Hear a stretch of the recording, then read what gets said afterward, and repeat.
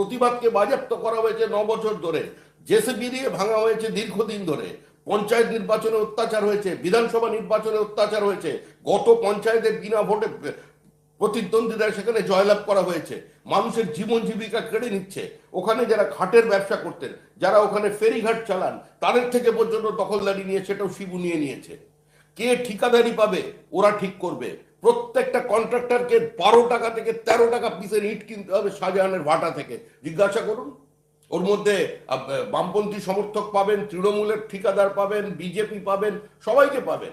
যারা ছোট ছোট পঞ্চায়েত সমিতির ঠিকাদারের কাজ করেন, বাধ্য তারা ওখানে 12 থেকে 13 টাকা দিয়ে কয়লা কিনতে। প্রত্যেকটা ভাটায় মালিকানা নিয়ে নেওয়া হয়েছে।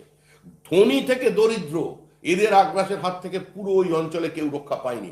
আর তার সঙ্গে বাংলাদেশের জিহাদি কনসেপ্ট ওখানে টেনে নিয়ে এসেছে, রোহিঙ্গাদের নিয়ে এসেছে, এভাবেই